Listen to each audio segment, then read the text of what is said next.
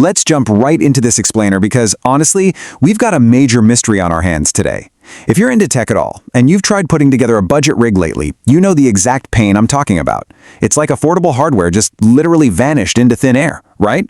Well, today we're putting on our tech detective hats to figure out exactly what invisible global forces are wiping budget PCs off the map.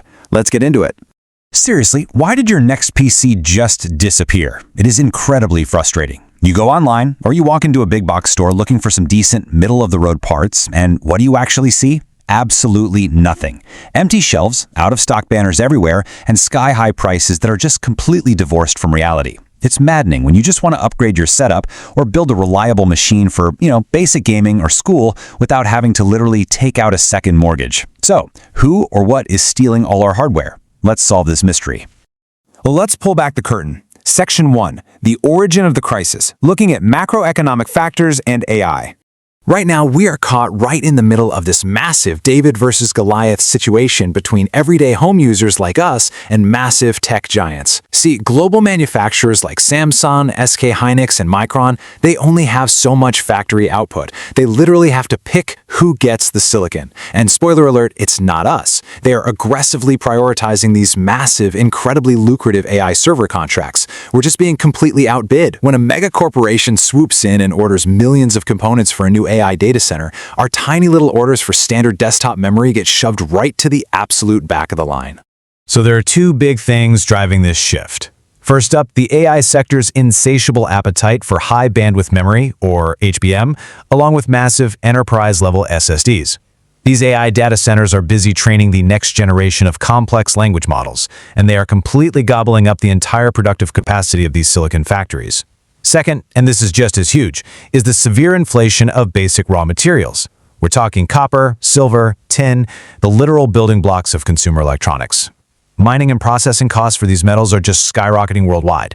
So you combine an AI boom eating up all the premium silicon with sky-high prices for basic boards, and boom, that is exactly why your wallet is hurting right now. Okay, so how does this hit the store shelves? Let's look at Section 2. The domino effect on components, specifically the shortages and the prices. Everything inside a PC ecosystem is deeply connected, kind of like a giant puzzle. Let's walk through this domino effect. Step 1. The AI industry demands crazy amounts of HBM and enterprise SSDs.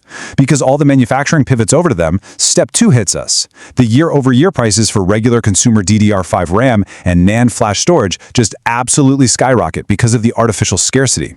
We're seeing staggering price spikes just for basic system memory. That triggers Step 3. You and I look at the price of RAM and a decent SSD and realize, nope, can't afford to build a new system. And since we can't buy the memory, we land right on Step 4, sales for CPUs and motherboards completely fall off a cliff. It's a total chain reaction. If you can't afford the RAM and the storage, you're sure as heck not buying the processor or the motherboard to go with it. The whole market basically stalls out. And that harsh reality brings us to Section 3. Goodbye to the budget PC and the extinction of cheap rigs. $500. Take a really good look at that number. Not that long ago, this was the absolute sweet spot.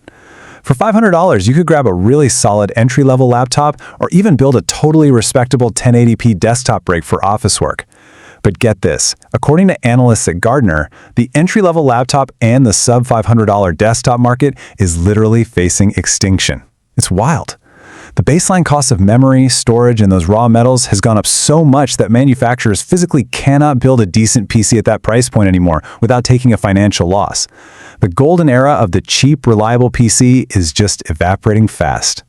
If you compare how things used to be with the market right now, it is night and day. In the pre-crisis traditional model, manufacturers actually balance things out between everyday consumers and big enterprise clients. Today, absolute priority goes strictly to AI servers, period. Looking at budget options, we used to have this huge buffet of great, functional, sub-$500 choices. Now, that segment is completely unsustainable and is vanishing from commercial catalogs as we speak. As for us consumers, our old strategy was to just buy a new PC or do a massive upgrade every couple of years. Now, the new reality is keeping, repairing, and basically squeezing every last drop of life out of what we already own. And even the bottlenecks have changed. We all remember when graphics cards were the only impossible thing to find during the crypto boom, right? Now, the limiting factors are just standard, everyday RAM, SSD storage, and those basic raw materials. Because of all this pressure, brands are doing some pretty desperate and honestly super frustrating things to cut costs. They're polarizing their hardware lineups.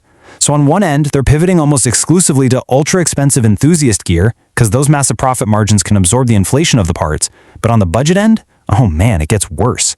Some brands are resorting to some slightly deceptive tactics. They are literally taking old, obsolete junk, slapping a fresh coat of paint or some misleading naming convention on it, and trying to sell it as new just to have something cheap to offer. It is a complete minefield out there if you're a budget buyer. Okay, don't lose hope just yet. There are ways around this. Section 4. Tech Survival Strategies, focusing on rescue and optimization. Here is your rebel toolkit for surviving this hardware inflation without going totally broke. First thing, you've got to embrace the secondhand market, but specifically refurbished enterprise gear.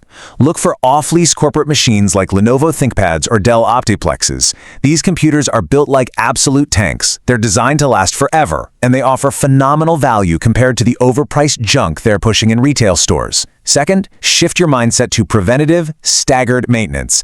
Instead of throwing out a whole system, spend a little time physically cleaning it out, reapply some thermal paste, and only upgrade highly specific essential parts over time, like just grab a fresh SSD today, maybe a stick of RAM later. Finally, software optimization is a total game changer. Seriously, check out some lightweight Linux distributions. You would be blown away by how incredibly fast and snappy a supposedly dead 5-year-old laptop feels when you finally strip away all that bloated commercial software.